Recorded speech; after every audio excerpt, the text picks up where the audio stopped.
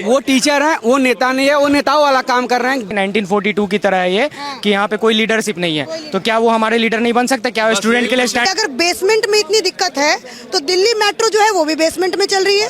पालिका बाजार मेट्रो पालिका बाजार जो वो भी बेसमेंट में है। जो डेलीगेशन आके हमको अभी बताया, लिखित में नहीं लाया, और कॉम्पनसेशन की बात हुई थी 3 करोड़ की, तो उसमें क्या बोल रहे हैं वो कि जब ये जो राव का डायरेक्टर अंदर है वो बाहर आएगा तो उससे बात करके एलजी वगैरह जो भी है वो बात करके उसके बाद में डिसाइड करेंगे। यार इसका तो प्रशासन को भी देना चाहिए। अरे भाई साहब, यही तो बात है, यही तो बात है। पहले उनको देना चाहिए, पहले वो कमिट करेंगे वो कितना देंगे। तो ये हमारा काम नहीं है, ये हमारा काम नहीं है। कोई अंदर से बाहर आएगा उसके बाद नहीं, हमको लिखित में तो 3 करोड़ मिलेगा पर फैमिली, तो मिलेगा लिखित में चाहिए। उसके बाद मैंने तो ये अखबार में पढ़ा कि 10 लाख का वादा किया गवर्नर। 10 लाख से क्या होगा? 10 लाख से क्या होगा मैम? 10 लाख से क्या होने वाला है? एक स्टूडेंट का यहाँ ORN में 30, 10 लाख तो एक स्टूडेंट का आप ये बताओ 2 लाख 2.5 लाख फी ले रहे हैं। एक बैच का स्ट्रेंथ 200-250 है, कम से कम एक बैच से वो 200-300 करोड़ कमाते हैं पर ईयर, और अगर अनुमान लगाते हैं तो कम से कम एक कोचिंग इंस्टीट्यूट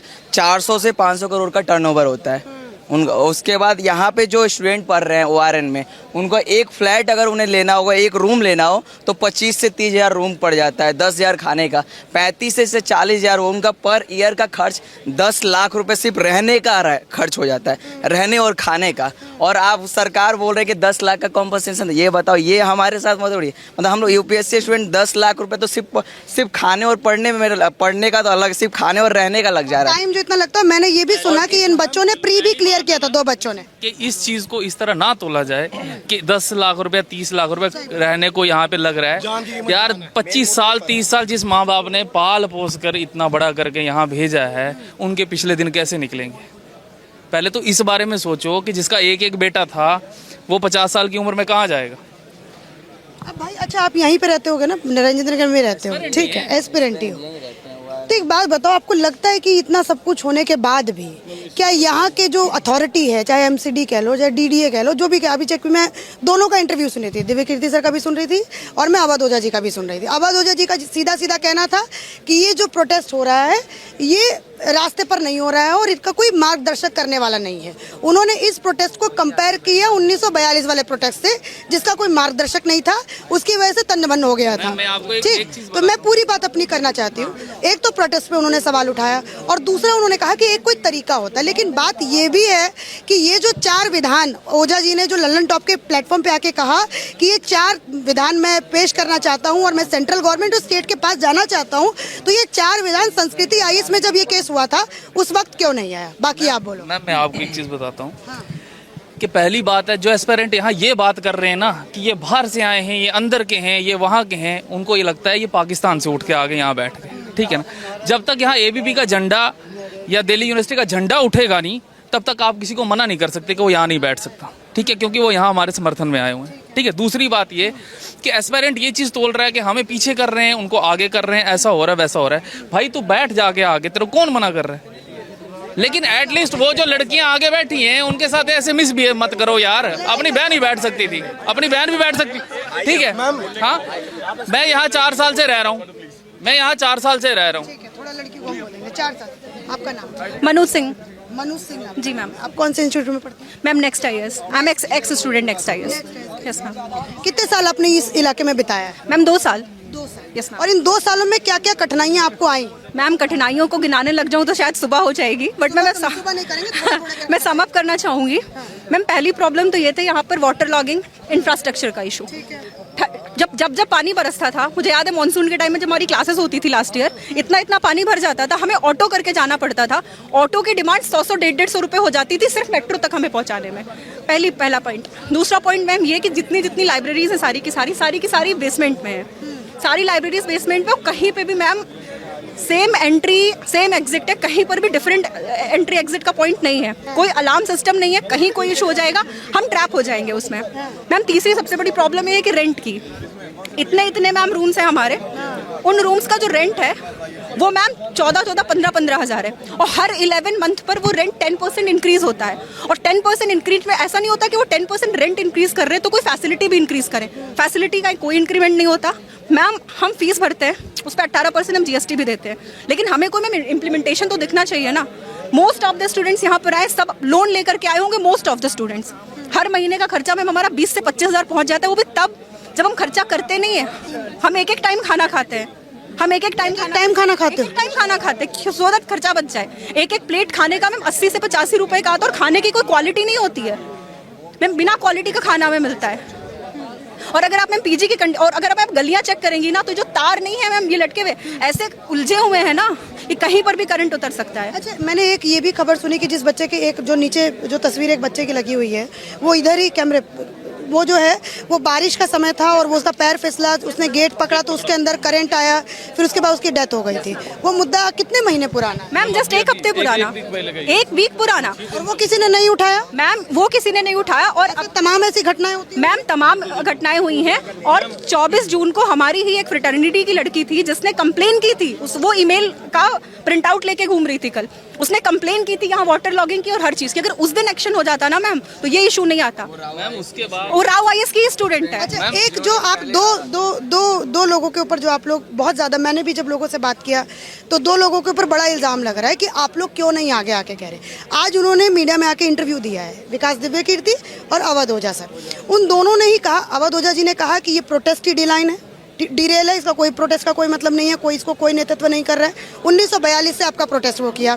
और दिव्य कीर्ति सर ने तो ये कहा कि अगर बेसमेंट में इतनी दिक्कत है तो दिल्ली मेट्रो जो है वो भी बेसमेंट में चल रही है, पालिका बाजार मेट्रो, पालिका बाजार जो वो भी बेसमेंट में है, और दिल्ली के ऐसे कई सारे शॉपिंग कॉम्प्लेक्सेस हैं जो कि बेसमेंट में ही चलते हैं। तो मैम आप क्या बोलो?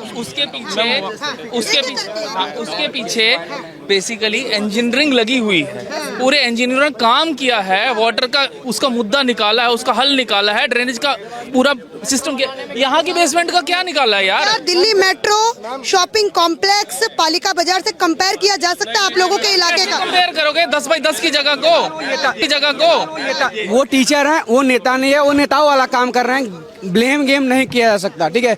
वो जो टीचर हैं उनको अपना लेना होगा जिम्मेदारी, उनको अभी नहीं बहुत पहले आना चाहिए था। वो इतना देर क्यों आ रहे हैं, इतना प्लॉट कर रहे थे क्या? ऐसा कहना है कि हम दोनों के इंस्टीट्यूट में थोड़ी ये हुआ है जो आप लोग इतना हम लोगों से सवाल कर रहे हैं कि उनके इंस्टीट्यूट में हो जाए।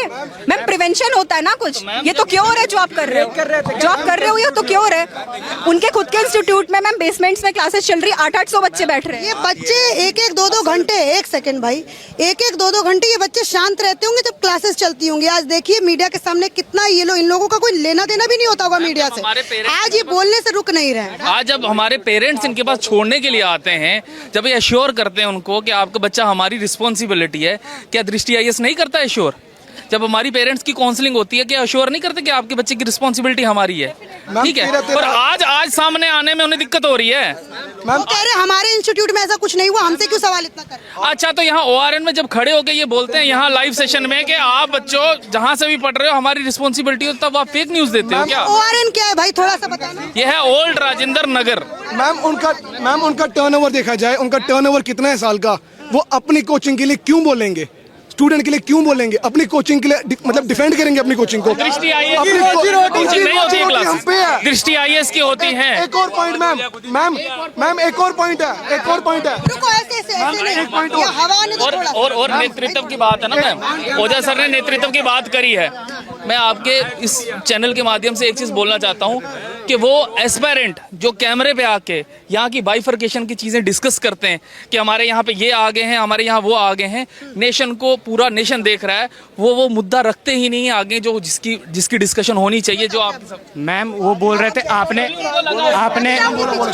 मैम आपने बोला कि अवध ओझा सर और दिव्य कीर्ति सर ने बोला कि 1942 की तरह है ये, कि यहाँ पे कोई लीडरशिप नहीं है। तो क्या वो हमारे लीडर नहीं बन सकते? क्या स्टूडेंट के लिए स्टैंड नहीं ले सकते? वो क्या स्टूडेंट के लिए स्टैंड नहीं ले सकते?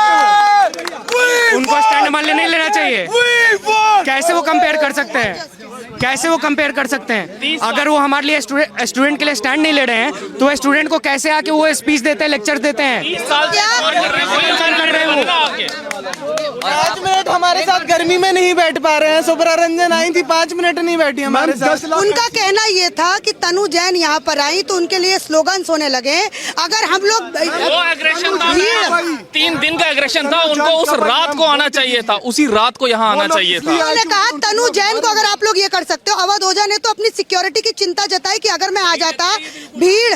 नहीं, घर पे किसी की मृत्यु हो जाए, रिश्तेदार की मृत्यु हो जाए, मैम रिश्तेदार की मृत्यु हो जाए, घर पे किसी बड़े छोटे की मृत्यु हो जाए तो कितना टाइम लगता है घर वालों को आने में? कितना टाइम लगता है? 10 लाख रुपए एमसीडी ने आश्वासन दिया है, रहा हुआ है, इसका कोई फर्ज नहीं बनता कि उन स्टूडेंट के घर जाके बात। डायरेक्टर हमें क्या पता मैम, कोई बोल रहा है अगर उनके बच्चे को कुछ ऐसा बोलते हैं कि यूपीएससी करने हम झूठ बोलना सिखाएंगे, अब ओझा सर बोलते हैं यूट्यूब पे। यहाँ पे लोग पीजी में रहते हैं, पीजी की हालत ऐसी है, छोटे छोटे भाई बड़ा बेकार है। मैम जो ये बात वो बोल रहे हैं, कल को अगर उनके बच्चे के साथ ऐसा हुआ था, उनकी बेटी या बेटे के साथ ऐसा हुआ होता तो भी बोल रहे होते कि 1942 जैसा है, वो 3 दिन बाद आते। अपने बेटे को खरोच भी आती है, इंसान भागता दौड़ता है। इसको पढ़ाते हैं ना, इसको पढ़ाते हैं ना, कॉन्स्टिट्यूशन ऑफ इंडिया, इसकी वैल्यू कर ले, यही पढ़ाते हैं ना आप, इसी पर देश चलता है ना। लेकिन उनका ये है कि आप लोगों का सबका यूपीएससी एस्पिरेंट हो आप लोग, आप सबका सवाल इन्हीं 2 टीचरों से क्यों है? क्योंकि सबसे ज्यादा जो सोशल मीडिया फॉलोइंग है इनकी है, इनकी ही बातें सुन सुन करके लोग यहाँ आते हैं। मैं यूपी से बिलोंग करती हूँ, इन्हीं से इम्प्रेस होके आया हूँ ना, जम्मू से, पुंछ से आया हूँ, बालाकोट सेक्टर से आया हूँ, इन्हीं के वीडियोस देख के आए, इन्हीं की रील्स देख। रक्सौल से है मैं, बॉर्डर ऑफ नेपाल, नेपाल से आया हूँ मैं, नेपाल के बॉर्डर। कोई नेपाल, थोड़ा भैया कैमरामैन को भी जगह दो। सिटी है, आप रक्सौल नाम सर्च करना, कोई जानते भी नहीं हो कि रक्सौल कहाँ है। जम्मू तो फिर भी वो बॉर्डर पे है नेपाल, वो छोटे से शहर से मैं आया हूँ। विकास दिव्य कीर्ति सर और अवध ओझा का लेक्चर सुन के यूट्यूब पे कि आओ आप दिल्ली आओ स्टूडेंट, आप यहाँ पे बहुत सारे अच्छे फैकल्टी मिलेंगे आपको पढ़ने के लिए। और इस बेसिस पे मैं रक्सौल से, जो यहाँ से 2 दिन लगते हैं जाने में ट्रेन से, और आप जान सकते हो यहाँ की ट्रेन की क्या हालत है, बीच बीच में एक्सीडेंट हो जा रहे हैं, उस तरह अपने जान जोखिम पे डाल के। और एक चीज लास्ट चीज डिस्कस करना चाहता हूँ मैम, ये सारी चीजें मतलब ऐसा है कि ऐसा नहीं है कि ये सारी चीजें सॉल्व हो जाएंगी ऑटोमेटिकली। मतलब हम अभी भी जिस चीज के लिए बैठे हैं, ये 2 महीने बाद में फिर से स्टार्ट होने वाली है। सही बात, ये 2 महीने बाद फिर से स्टार्ट होने वाली है। तो इसलिए गवर्नमेंट को खुद से इनिशिएटिव लेना चाहिए कि इसके लिए कोई एक्ट बने स्टूडेंट की सेफ्टी के लिए, ताकि जो भी हो एमसीडी अगर वो देती है परमिशन बेसमेंट का, तो वहाँ पे सेफ्टी मेजर्स हो। अगर सेफ्टी मेजर नहीं है और सेफ्टी मेजर होने के बाद भी अगर वहाँ पे इंसिडेंट होता है, तो उसके लिए जो कोचिंग चला रहा है वो जिम्मेदार हो, जो एनएससी का वहाँ पे ऑफिसर हो जिसने वो परमिशन दी है उसके खिलाफ स्ट्रिक्ट एक्शन हो, ताकि ये स्टूडेंट के साथ में बार बार रिपीट ना हो। इसके लिए मैं सवाल आप लोगों से भी पूछना चाहती हूं। 42 की बात की थी आपने, 42 की बात की। 42 में हमारे जितने भी लीडर्स थे उनको जेल में डाला गया। अवध ओझा सर जेल में है, विकास सर जेल में है, नहीं है ना? वो बोल सकते हैं, वो हमारी लीड ले सकते हैं, मगर वो नहीं आ रहे। क्यों? क्योंकि इस कोचिंग माफिया का वो भी हिस्सा है, वो हिस्सा है इस माफिया का। अगर वो हिस्सा नहीं होते इस माफिया का, वो यहाँ पे होते।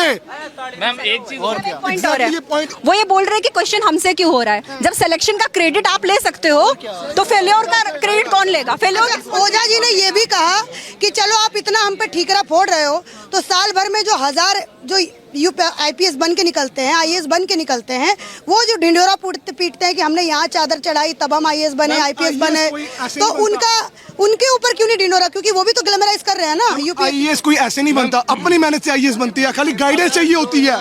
गाइडेंस के लिए लोग 3-3 लाख 4-4 लाख रुपए दे रहे हैं, वो सिर्फ गाइडेंस दे रहे हैं। वो गाइडेंस भी हम पढ़ते खुद है। उस पे हमें नहीं जाना चाहिए सर, फालतू का किसी का कैरेक्टर। टीआरपी आप लोगों का जो है ना, वो ओझा सर और वही लेके जा रहे हैं। बिल्कुल, ओझा सर दुश्मन नहीं है ना विकास दिव्य कीर्ति सर। हो सकता है हम लोग नाराज हो सकते हैं, नफरत नहीं है यार, फालतू की बात हो रही है।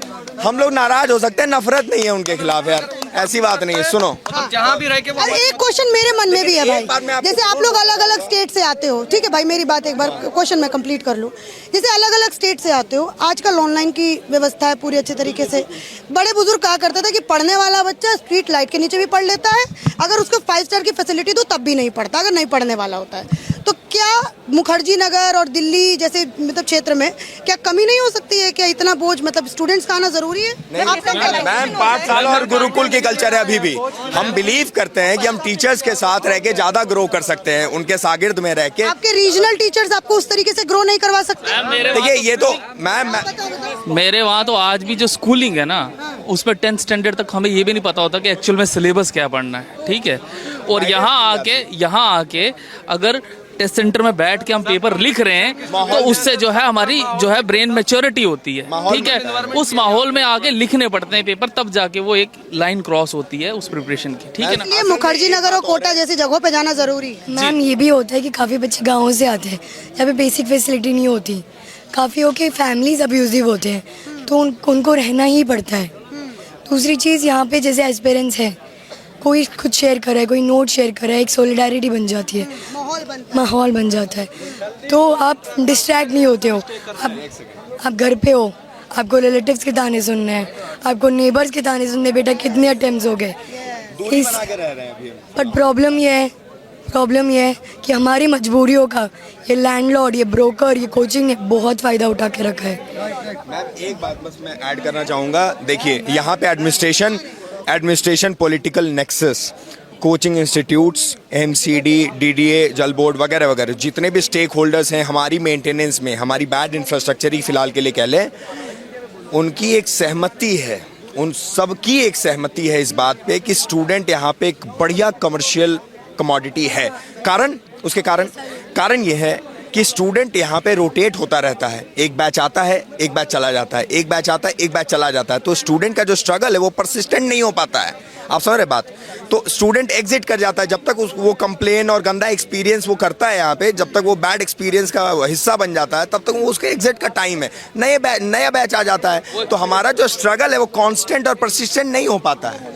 चलो इसी के साथ मैं वीडियो का समापन करती हूँ और वहाँ पे कुछ बातचीत करनी है तो उसको हम लोग शुरू करते हैं। अब मीडिया वाले भी आ गए हैं, बातचीत करेंगे इनसे, हम लोग अब निकलते हैं भीड़ से। बहुत सारे बच्चों से बातचीत किया, धन्यवाद आप लोग सभी को बात किया। और ये देखा आपने, मैंने इन लोगों से बात किया, इनकी मूलभूत समस्या मैंने सारी समझने का प्रयास किया, एक एक करके मैंने प्रयास किया कि मैं सबसे थोड़ी बातचीत करूं और इन लोगों का जो कहना है उस चीज़ को भी हमें समझना चाहिए। और ओझा जी ने और दिव्य कीर्ति सर ने जो भी सवाल कहा मैंने इनसे आके वही तुरंत पूछा और देखा आप लोगों ने भी, इन बच्चों ने क्या जवाब दिया। इसी के साथ धन्यवाद।